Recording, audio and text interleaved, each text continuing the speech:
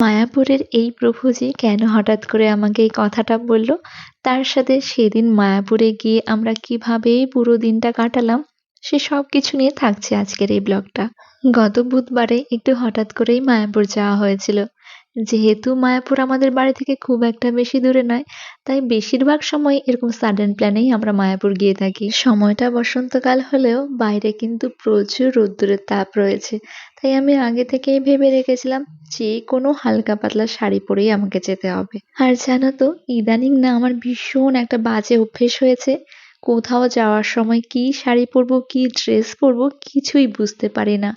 সেদিনও তাই হয়েছিল, প্রায় ৪-৫টা শাড়ি নামিয়ে ফেলেছিলাম। সব কটা গায়ে জড়িয়ে জড়িয়ে দেখলাম, কোনোটাই ভালো লাগছিল না। শেষমেশ ক্লান্ত হয়ে সোনাইকে বললাম, তুই বল, যেটা বলবি আমি সেটাই পরবো। তো সোনাই আমাকে বলল, তুমি এই ইক্কত শাড়িটাই পরো, এটাতে তোমাকে বেশ ভালো লাগে। আর সেদিনকার সাজগোজ বলতে ছিল সিরাম, ময়শ্চারাইজার, সানস্ক্রিন এবং সাথে একটু কাজল ও লিপস্টিক। তবে চুলটাতে একটু নতুনত্ব কিছু করবার চেষ্টা করেছিলাম, যার জন্য দুটো boho ব্যান্ড দিয়ে একটা হেয়ারস্টাইল করেছিলাম। তোমরা অনেকেই এই হেয়ারস্টাইলটা টিউটোরিয়াল চাইছিলে, খুব শিগগিরই তোমাদের সাথে শেয়ার করব। তো এরপরে সোজা চলে গেলাম আমাদের ঘাটে, সেখান থেকে নৌকা নিয়ে, সরি নৌকা নয় লঞ্চ নিয়ে চলে যাচ্ছিলাম ওপারে। এখানে তোমাদের জন্য ভাগীরথী ও জলঙ্গি যে মিলন স্থলটা আছে সেটাকে একটু ফোনে ক্যাপচার করার চেষ্টা করলাম। তো এপারে এসে টোটো নেওয়ার আগে আমাদের আবার একটু দাঁড়াতে হয়েছিল, কারণ আমাদের দুজনের সাথে আবার ভুল করে নৌকায় অন্য ঘাটে চলে গেছিল। তো তাদের জন্য একটু অপেক্ষা করলাম। অপেক্ষা করতে করতে এখানে চলছিল আবার টোটো দাদার সাথে বার্গেনিং। শেষমেশ আমাদের সেই দুজনের সাথে আসলো এবং আমরা টোটো ধরে চলে গেলাম সোজা মন্দিরে। আমি যতখানি পেরেছি মোবাইলে তোমাদের জন্য ছোট ছোট মুহূর্তগুলো ক্যাপচার করার চেষ্টা করেছি। আশা করছি এই সব কটা মুহূর্ত তোমাদের অনেক ভালো লাগবে।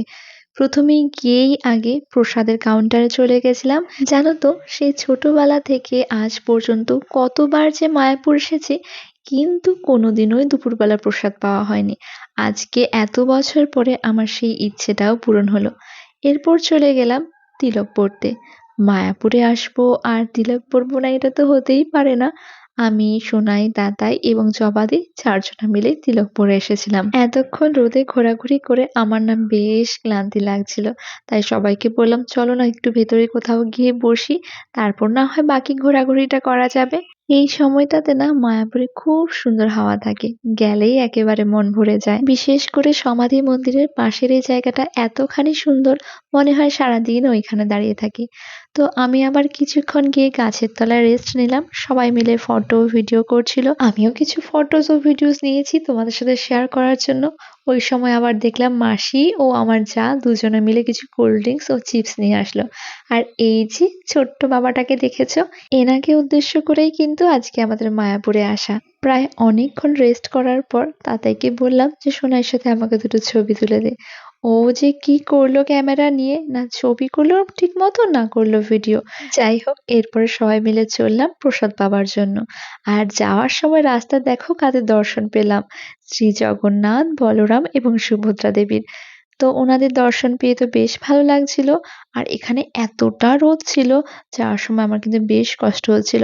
আমার না সবকিছু সহ্য হয়, রোদটা কিছুতেই আমি সহ্য করতে পারি না। রোদে গেলেই আমার মাথা যন্ত্রণা করে। তো সবাই মিলে প্রসাদের লাইনে দাঁড়িয়ে পড়েছি, কিন্তু ওখানে যিনি গার্ড ছিলেন উনি বললেন টিকিটটা যার যার হাতে রাখো। তো সেই মতো টিকিটগুলো ভাগ করে নিলাম এবং একে একে সবাই চললাম প্রসাদ পাবার জন্য। সবার কাছে অনেক শুনেছি মায়াপুরের প্রসাদ একেবারেই অমৃতর মতো, তাই আমি প্রচুর এক্সাইটেড ছিলাম যে ভেতরে কিভাবে প্রসাদ দেওয়া হয়, কেমন প্রসাদ দেওয়া হয় সবকিছু দেখবার জন্য। ভেতরে ঢুকেই তো দেখলাম এত বড় একটা হল ঘর, তার মধ্যে অসংখ্য মানুষ একসাথে বসে প্রসাদ পাচ্ছে। সারাদিন এত এত মানুষ প্রসাদ পাচ্ছে, তার মধ্যেও দেখো জায়গাটা কত পরিষ্কার পরিচ্ছন্ন এবং পাতা জল সবকিছুর এত সুন্দর ব্যবস্থা রয়েছে। আমি কিন্তু এইরকম প্রথমবারই দেখলাম। সকালবেলা যেহেতু একটু তাড়াহুড়ো করেই বেরিয়েছিলাম, ঠিক মতো কিছু খাওয়া দাওয়াও হয়নি, তাই ওই সময় এত প্রচন্ড খিদে পেয়েছিল, কি যে বলবো। যখন অন্নটা দিল তখনই মনে হচ্ছিল শুধু অন্নই খেয়ে নি।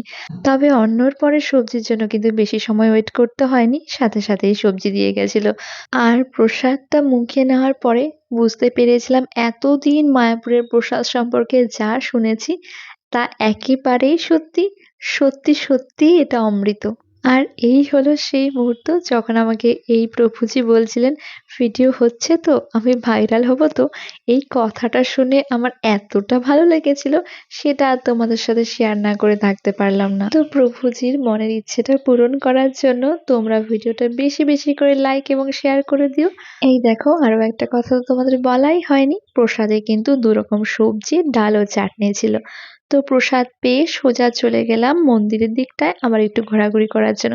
এখানে গিয়ে আরো একটা নতুন অভিজ্ঞতা হলো। এই কিউট বাচ্চাটাকে দেখো, এই রোদে গরমের মধ্যে ও রাস্তায় গড়াগড়ি খাচ্ছে, ওর ভাইয়ের সাথে লুকোচুরি খেলছে। ওর মা-বাবার কিন্তু এই নিয়ে কোনো চালা নেই। সবাই ঘুরে ঘুরে শুধু ওদেরই দেখে যাচ্ছিল।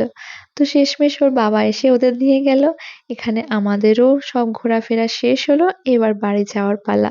তো আজকের এই ভিডিওটা এখানেই শেষ করছি। আশা করছি ভিডিওটা তোমাদের ভালো লেগেছে। টাটা!